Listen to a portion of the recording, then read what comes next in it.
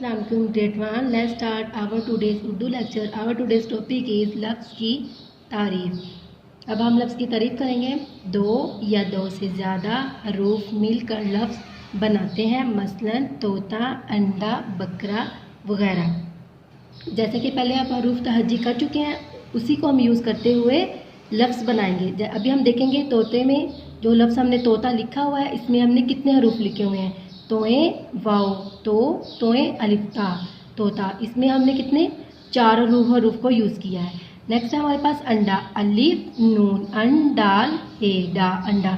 अंडा में हमने कितने हरूफ यूज़ किए हैं? 4 हरूफ. नेक्स्ट ऐसे बकरा है, बे काफ बक रे अलिफ रा, बकरा. बकरा में भी हमने 4 हरूफ यूज़ किए हैं.